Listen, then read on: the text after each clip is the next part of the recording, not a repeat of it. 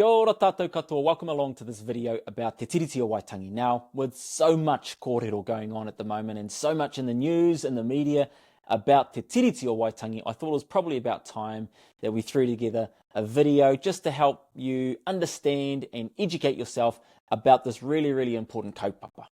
So, if that's something that's interesting to you, stick around, let's get into it. So, look, as you can probably imagine, Te Tiriti o Waitangi is a massive kaupapa, and we could spend all day, if not all week, really getting into, I guess, the nitty-gritty of Te Tiriti o Waitangi. I'm not that keen to do that right now.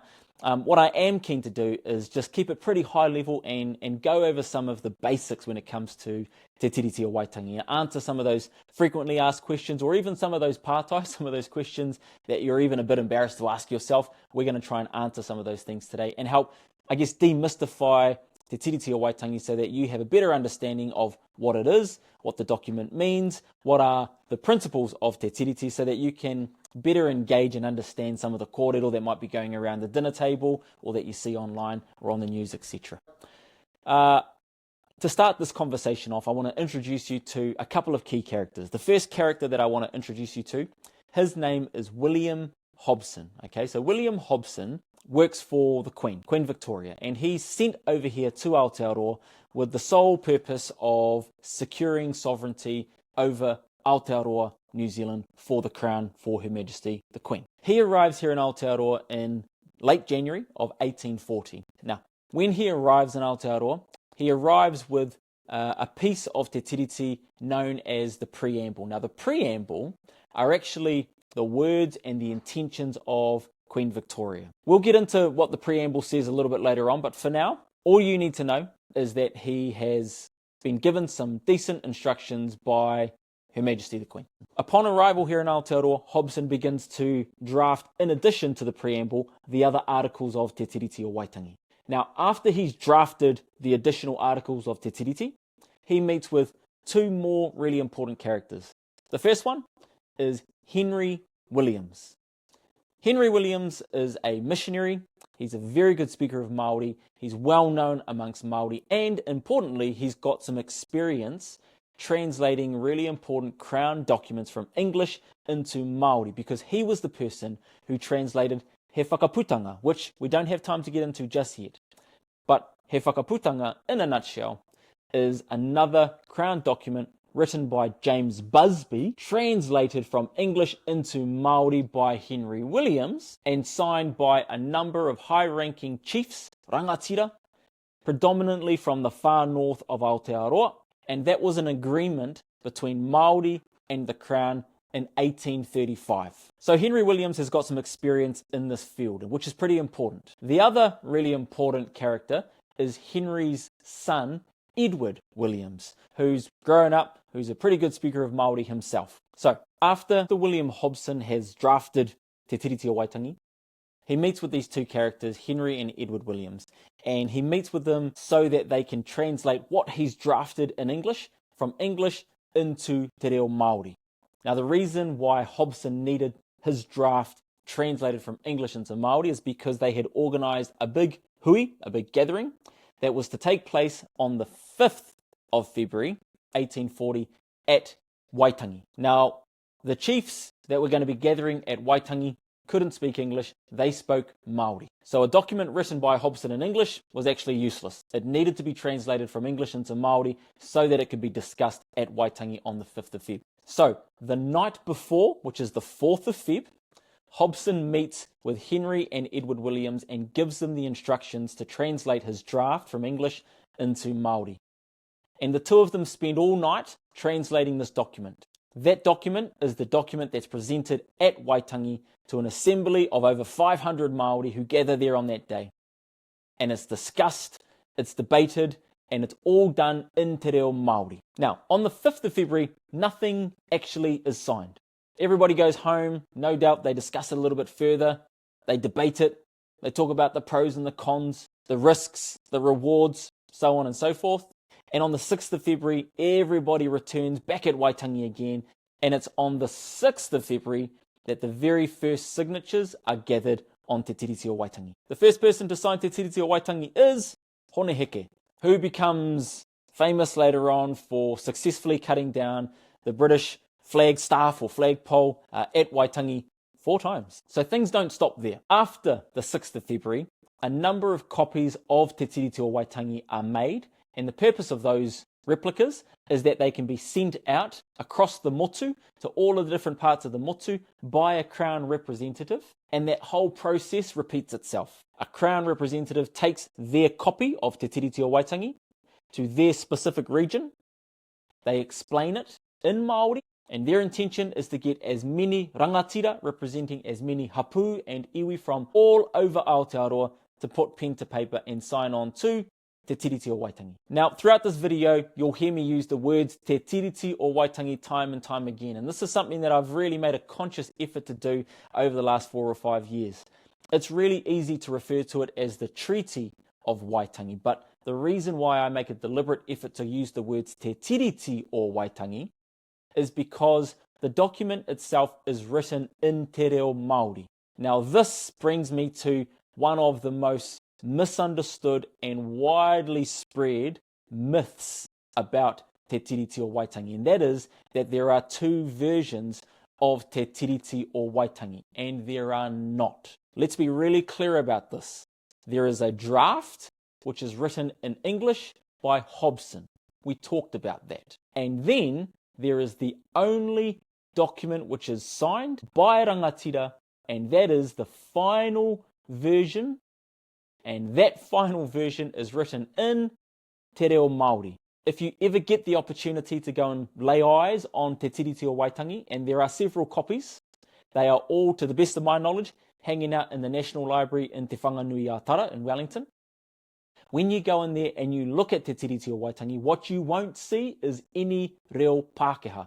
It is not written in English. It is written in Māori. And that's a really, really important thing to keep in mind. So when we talk about, the English version and the Māori version, there is no such thing, e hoa ma. There is the draft, which is written in English, and there is the actual document, which is written in Māori. So when people talk about the 2 versions, what they're actually talking about is not the English and the Māori version. They're talking about the draft and the final version. And anyone who's done any mahi with any contracts ever knows that all of the draft versions, all of the tiny iterations and changes that are made all the way up to the final document count for this much. They mean nothing. Zero. Zilch. They have no mana. The draft versions mean nothing. It is the final version that is signed that carries all of the mana. And that is why it's so important for us to understand what the Māori text in Te Tiriti o Waitangi actually says, because that is the only document that has any mana, because it is the only one that is signed, not the draft. Ka pai? We all on the same page there? Sweet. So, let's go over what the actual document says. Like I said, there is a preamble. So what does make this video a little bit confusing is that, as I've just pointed out, Te Tiriti o Waitangi is a document written in Te Reo Māori. This video is obviously in English, so I'm going to be explaining to you in English what Te Tiriti o Waitangi actually says in Māori. And I'll do my best to do that, but follow along with me. The preamble, written by Her Majesty the Queen. In that preamble, she outlines her intentions and her rationale, her reasoning for why she believes a treaty is actually necessary. And she talks about protecting the rights of the natives, who are Māori. She also, in her preamble, asks for permission to be able to establish a government here in Aotearoa so that she can govern her own people who have immigrated from Britain here to Aotearoa. Now, just to give you an idea of the population split around about the best population statistics that we have available to us at the time suggest that there are around about 100,000 Māori living in Aotearoa at the time. In 1840, there are about 2,000 Pākehā living in Aotearoa. And the Queen is requesting permission to establish a government in Aotearoa so that she can govern her own people who are living here. The Queen also acknowledges the tangata whenua as natives, and in her preamble she also points out that she believes a treaty will help protect the rights of the natives, i.e. Māori living here in Aotearoa. Now that brings us to Articles 1, 2 and 3, which are the 3 articles drafted by Hobson in English and then translated into Māori by those two missionaries, Henry and Edward Williams. In Hobson's draft, which is in English, he writes that Māori agree to cede or give sovereignty to the Crown.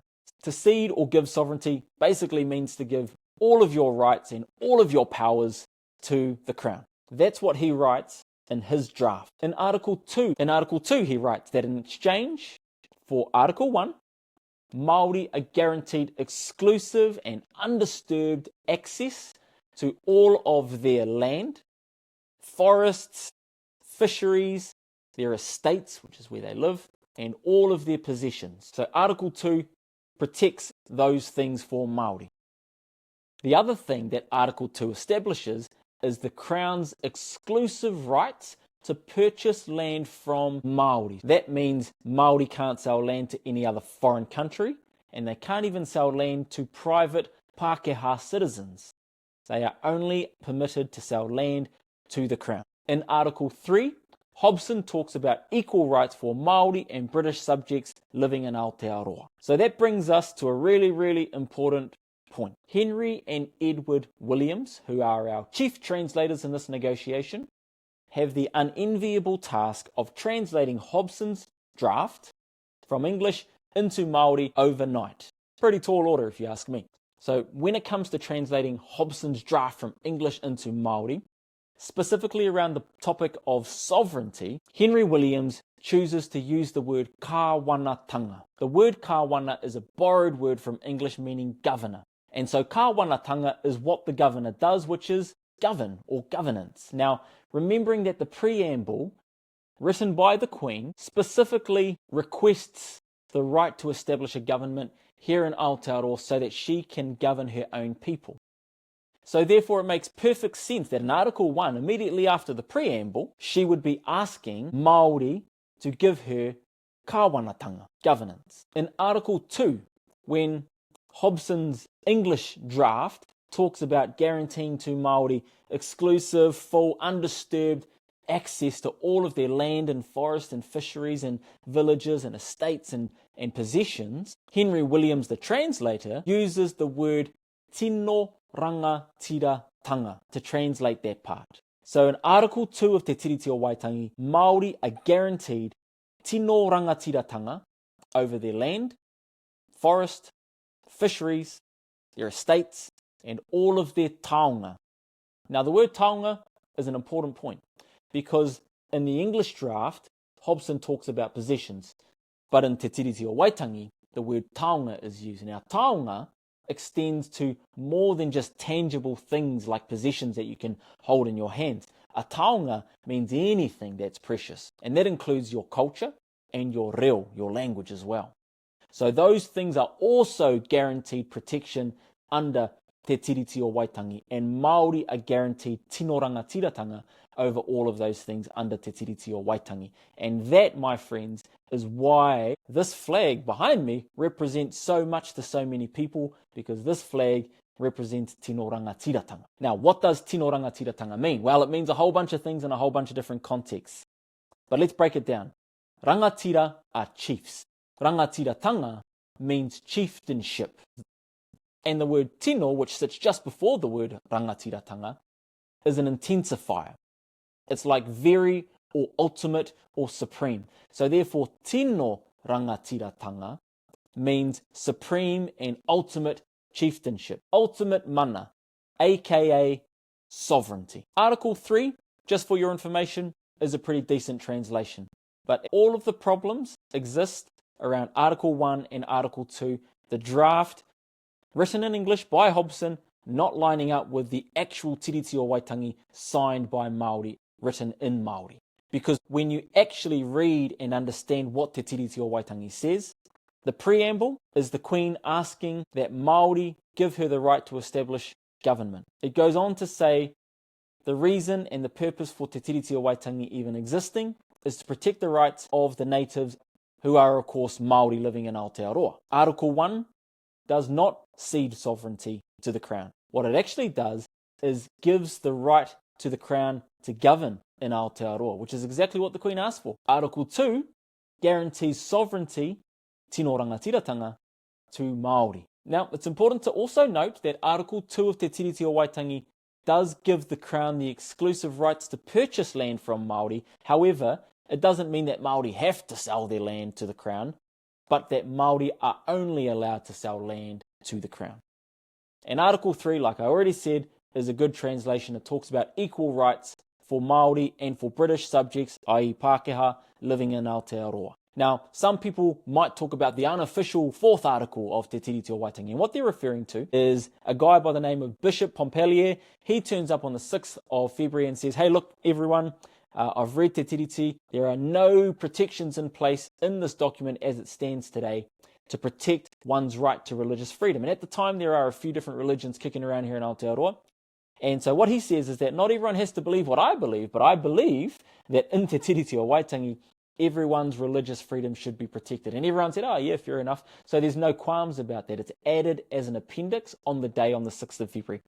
But it doesn't form the original Te Tiriti o Waitangi. So moving on. So after the 6th of February, multiple copies of Te Tiriti o Waitangi are made, they're circulated, they're taken all around the motu, and it takes about 6 months. But by September of 1840, around about 500 high-ranking rangatira from all over the motu, tāne and wahine, have put pen to paper and signed on to Te Tiriti o Waitangi.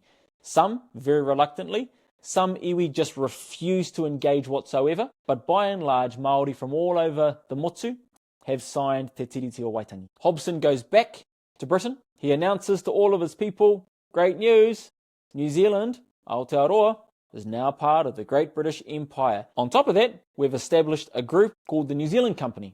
And their job right now is to go out and procure land, which means buy land, from all of the natives, all of the Māori living in Aotearoa.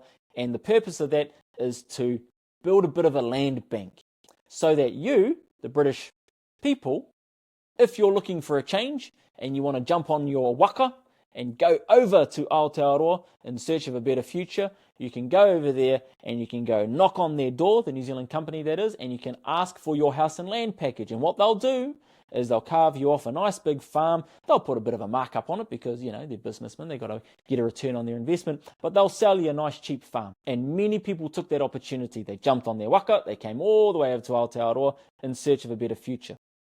The problem, however, was when they arrived, they went and knocked on the door of the New Zealand Company, and the New Zealand Company didn't have the land to on-sell to this wave of immigration that was arriving here in Aotearoa. Why?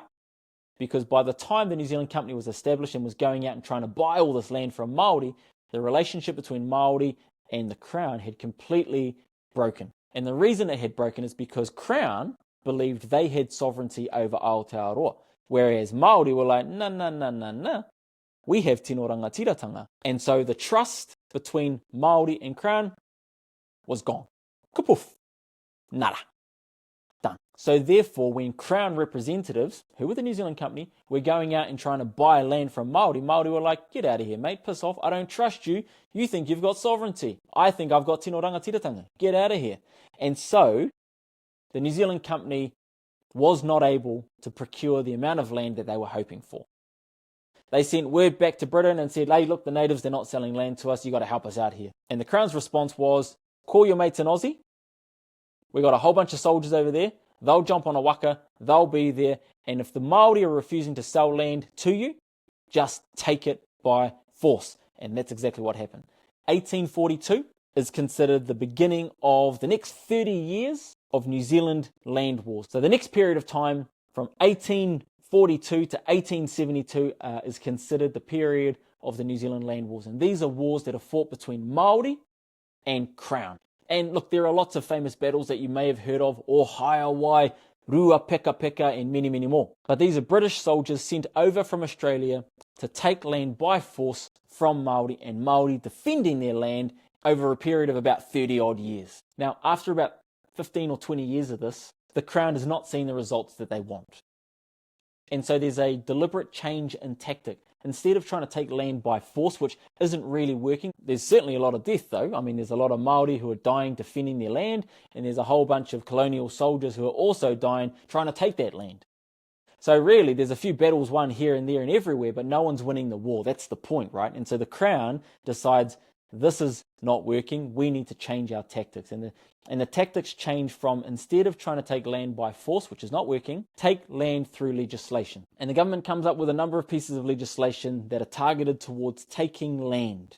Now, we don't have time to go over all of the different pieces of legislation because, trust me, there are a few, but there are a couple that are worth noting. Like, for example, the Native Land Act of 1865, which led to the establishment of the Native Land Court, which was responsible for awarding tons of customary title to British settlers. Now, a land title meant that you were able to vote so long as you were, of course, a male. So that was a really, really important thing to have. And Pākehā knew that. Māori, on the other hand, didn't place any value on a piece of paper that said you were the landowner. Instead, Māori owned land collectively as a hapu or as an iwi. But what that also meant for Māori was, because you didn't have a land title, you weren't able to vote in government. And here's the genius thing, e hoama.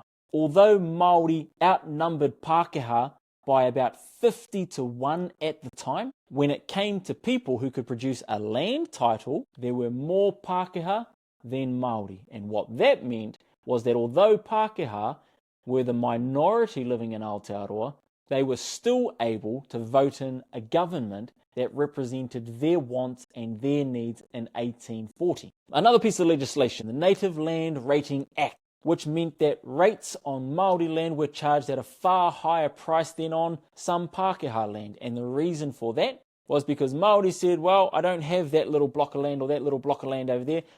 Collectively, our iwi, we own the whole region. And the government said, oh yeah, is that right? Well, in that case, you're not going to like your rates bill, e hoa. And by the way, we've looked at this land and we think it's very fertile, which means that economically, it can produce a huge amount for the economy. And because it can produce all of that money for the economy, we've decided that we're going to charge rates at a higher price. So not only are we going to charge rates for the whole peninsula, we're going to charge them at a higher rate.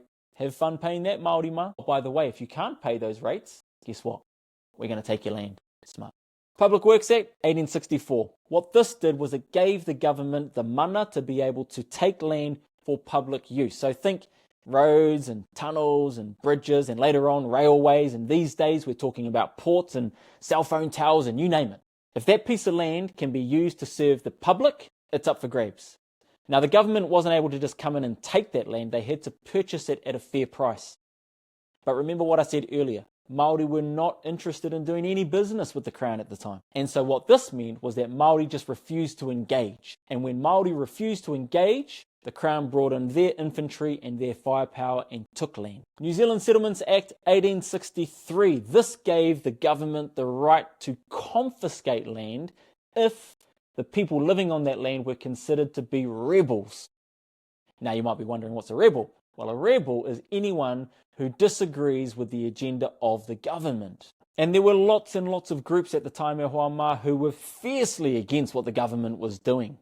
Not all of them believed in violence, by the way. There were many iwi and many movements, political, religious, who were passive resistors. Passive means they don't believe in violence, but they absolutely hate the government. So if you stood for something that was anti-government, that made you a rebel. And as soon as you're a rebel, that means your land and all of your possessions can be confiscated by the government under the New Zealand Settlement Act of 1863.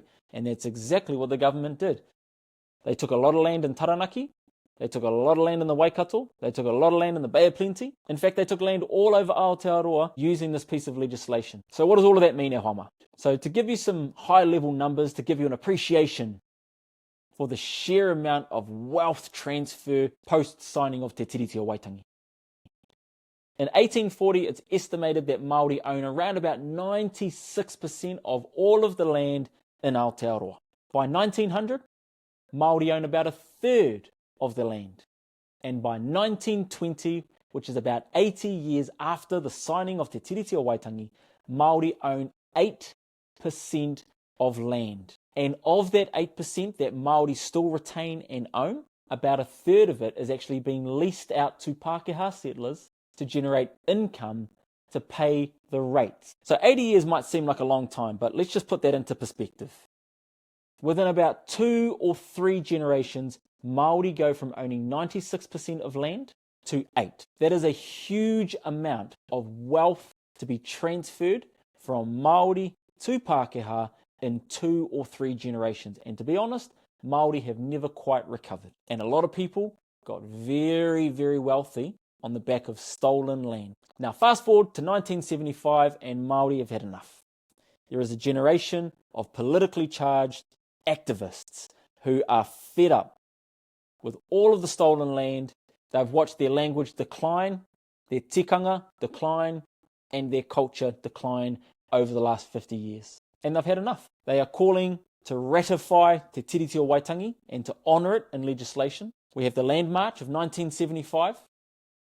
Dame Whina Kupa famously saying, "Not one more acre." We have ngā tamatoa, and we have language and cultural warriors from all over the motu standing up and fighting for everything that has been lost in the last 120 years. And to cut a very long story short, that culminates in the Treaty of Waitangi Act of 1975, which is the first time that the Treaty of Waitangi, Te Tiriti o Waitangi, is referred to in any piece of legislation here in Aotearoa. Shortly thereafter, that leads to the establishment of the Waitangi Tribunal. Fast forward to 1987, and we have the Māori Language Act, which is the day that Te Reo Māori becomes an official language here in Aotearoa. Now, one of the recommendations of the Waitangi Tribunal is the creation of what we now refer to as the principles of Te Tiriti o Waitangi. And the whole reason for that is because successive governments have been asked to honour the treaty and ratify Te Tiriti. And successive governments who can't speak Māori have struggled to grapple with what it says and what it means. And if you don't understand what Te Tiriti o Waitangi says, and therefore what it means, how on earth are you supposed to honour it and give effect to the document itself? So the solution, come up with a set of principles, weave those principles into legislation, and after a period of time, all your pieces of legislation will have these principles woven through them. And that is how we honour Te Tiriti o Waitangi and turn it into a living, breathing document that underpins and influences our democracy here in Aotearoa. And initially, we're all taught the 3 Ps: partnership, protection, and participation. And these 3 Ps are founded in those 3 main articles, Articles 1, 2, and 3 of Te Tiriti o Waitangi. What the Waitangi Tribunal acknowledges is that there are differences between Hobson's English draft and the actual Tiriti o Waitangi document itself. And so there's no point in arguing over the mistranslations. Instead, what does Article 1 actually represent? And the single word that they use is partnership. It's a partnership between 2 parties, Māori, tangata whenua, and the Crown, the other half of Te Tiriti o Waitangi. Now this is a nuance point, but it's worth pointing out. It's not Māori and Pākehā. It's Māori and government. Those are the 2 parties to Te Tiriti o Waitangi. It's not anybody else from around the world. So when we talk about partnership, in the context of Te Tiriti o Waitangi, we're talking about partnership between iwi and hapu and the Crown. It's not me. The government's not calling me and asking me for my opinion. It's the responsibility and the onus on the Crown to engage meaningfully as good tiriti partners with iwi and hapu all over the motu in good faith. That's what partnership means. And it's been going on since the 1970s, which is what cracks me up when everyone goes, "Oh, co-governance, what is this new buzzword?" It's like, bro, it's been around since the 70s. We didn't call it co-governance, we just called it partnership. But it's not a new phenomenon. Protection means the government guarantees to those iwi and those hapu, and Māori generally speaking, that all of the things mentioned in Te Tiriti o Waitangi are guaranteed protection. So a reminder, land, forest, fisheries, estates, and critically those taonga, including te reo Māori, tikanga, all of that stuff. Which is why Te reo Māori was made an official language in 1987. It took 12 years, mind you, but we got there eventually.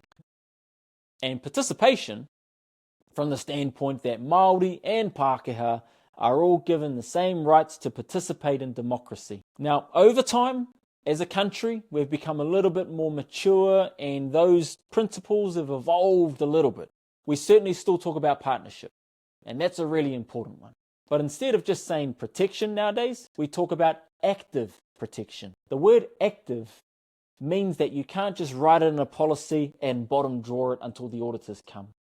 The word active means that you actually need to demonstrate how you actively protect te reo Māori and tikanga Māori and Māori culture and all of those other things that are guaranteed active protection under Te Tiriti or Waitangi.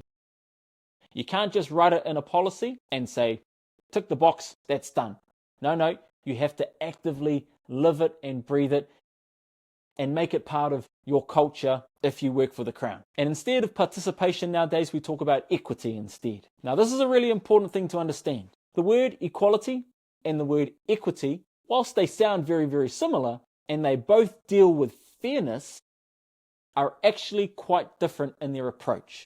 Equality comes from the standpoint that everybody is born the same, that everybody has the same opportunities, there is no such thing as bias, and there is no such thing as discrimination. Therefore, what's fair to equality is that everybody is treated exactly the same and everyone gets exactly the same thing. Whereas equity understands that bias is real, that discrimination is real, that we don't all start in the same place, and some people need more help than others in order to succeed here in Aotearoa. And because equity is a key principle in Te Tiriti o Waitangi, what that means is that the government, and all of the myriad of things that it does for the people here in Aotearoa, needs to recognise when a system does not treat everybody the same way. For example, in health, Māori are underprescribed, referred at a lower rate by their GPs to specialists, have higher mortality rates, die younger, therefore don't receive the superannuation for anywhere near as long as Pākehā, are pursued at a much higher rate by police, are charged more frequently by police, are over-incarcerated in our prisons, given much harsher sentences in the courts, don't achieve as well in mainstream education, don't go on to university or tertiary study at the same rate as Pākehā. The list goes on and on and on. And the government oversees all of it. So if you're sitting in government and you're told by your advisors that there's a certain group of the population who happens to be your tiriti partner, who is being treated differently by the system that was built by Pākehā for Pākehā, many of our systems borrowed from Westminster and transplanted here in Aotearoa, so unsurprisingly, we're never built with Māori in mind. When you're the government and you're told about these statistics, equity means you have to allocate resourcing in order to try and achieve an equitable outcome. Now, I've heard all of the kōrero, equity is a bad thing, and here's why. And they might talk about it from a population point of view. They'll say, Aotearoa, if you believe in equity, here's what you're signing up for. The population here in Aotearoa, let's say it's 50-50 male and female. And I appreciate that there are many, many genders out there. This is not me having a go at anyone. I'm just trying to simplify it. Let's say 50% of our population is male and 50% of our population is female. Somebody who doesn't believe in equity might say, if you believe in equity, what you're saying is that 50% of all nurses should be male and 50% should be female, because that's the population breakdown in this country. And nurses might look around the room and go, well, actually, it's more like 90% women and 10% men. And all of a sudden, that whips up a whole bunch of hysteria, because 40% of the room is going like, are you saying I have to leave nursing and make way for a man? And so everyone goes, bad idea, equity, bad. And then they go across town and they talk to a whole bunch of structural engineers. And they look around the room and they see a similar split, but this time it's 90% male and 10% female. And they say to all those structural engineers, if you believe in equity, what you're signing up for is 50% male and 50% female, and that's fair if you believe in equity. And all of the male structural engineers look around the room and they go, no, it's a terrible idea. I don't want to lose my job just because I'm a male. And all of a sudden people go, equity, bad. But don't believe that rubbish, Huama. That is equity of outcome. What we're talking about is equity of opportunity. And equity of opportunity is this. Regardless of whether you're a male or a female, if you want to go and become a nurse, the system should not treat you any differently. And if you want to go and become a structural engineer, the system should not treat you differently, regardless of whether you're young, old, male, female, red, brown, yellow, purple, religious, atheist, whatever. The system should not treat you differently. That is equity of opportunity. Sounds good, right? Is it realistic? Hell no. Why? Because we have humans, and humans are biased. It's nothing to be ashamed of. I'm biased, you're biased, we're all biased. It is a human trait. And we don't have time to go into unconscious bias right now and talk about systemic bias or systemic racism or anything like that. But please, just trust me. You're biased, I'm biased, we are all biased. And so long as human beings are working within our systems like health or education or the justice system or whatever, humans will influence the system. And so long as humans are influencing the system will be biased. And what does that mean? It means that the system does not treat everybody the same. And we've got data to prove it. The health system treats Māori and Pākehā differently. So does the justice system. So does the education system. And on it goes. And if you're a government, that's a problem. Because you're meant to be a good partner. And you're meant to protect all of the things, including health, including well-being. And your systems are meant to treat Māori the same as everybody else. So when the data and the evidence clearly tells you that Māori are being treated differently, your unenviable task is to use the resources at your fingertips to fix those inequities. And this is where the idea of affirmative action actually comes from. Because governments cannot trust the human beings working in those systems to counter their biases and treat everybody the same. So you're left with a decision to make. Do you just accept as the government that Māori just get treated poorly in health or education or the justice system, and there's nothing anyone can do about it, and it sucks to be Māori? Or do you try and do something about it? And so that is what equity of opportunity actually means. And the responsibility lies with the government to ensure that equity is actually being upheld, because it is a principle of Te Tiriti o Waitangi that's guaranteed. So I think we'll leave it there for now. There's a lot more that we could go into, obviously. But we've covered off the really important fact that there is only one version of Te Tiriti o Waitangi, and it's written in Māori. That myth about there's an English version and there's a Māori version, let's bust it right now. There isn't. There's one version and it's written in Māori. There's a draft written in English, but Te Tiriti o Waitangi is written in Māori. And because it's written in Māori, it's really important that we understand what the words of Te Tiriti o Waitangi actually say and what they mean. And I hope I've done a good enough job today to try and explain some of that. The whole idea of the principles of Te Tiriti o Waitangi came about because generations upon generations were calling to ratify Te Tiriti o Waitangi in legislation. And consecutive governments were saying, we're keen to do that, we just don't know how. And so the invention of the principles of Te Tiriti o Waitangi gave the government words, ideas, principles that they could then reference and weave into pieces of legislation, which over the period of 40 or 50 or 100 years would eventually mean that the laws that govern this country uphold the principles of our founding constitutional document, Te Tiriti o Waitangi.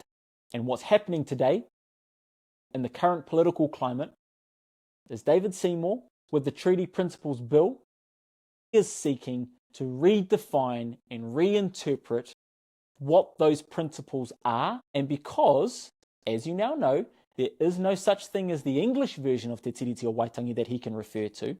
And I don't mean this disrespectfully at all, but let's be really clear. David Seymour can't speak Māori, nor can he find any credible speaker of Te Reo Māori to justify his misinterpretation and mistranslations of Te Tiriti o Waitangi, which are the foundations for his new interpretations of what he thinks the treaty principles should be. And that is what's causing all of the drama, all of the raru, all of the issues, all of the debate, all of the hikoi, all of the politically charged energy that we're all living amongst today. So my question is this: do you think it's okay for somebody who doesn't believe in equity and instead believes in equality, which is that everyone is born equal and bias is not a thing and discrimination is not a thing, and if you think it is, you're just imagining it, that everyone has the same opportunities, male, female, old people, young people, Māori, Pākehā, people that have been here for 5 generations, people that have been here for 5 minutes, everyone's treated the same. And for that person who also doesn't speak Māori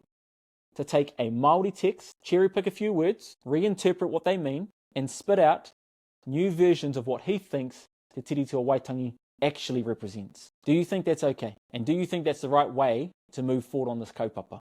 If you do, ka pai, you do you.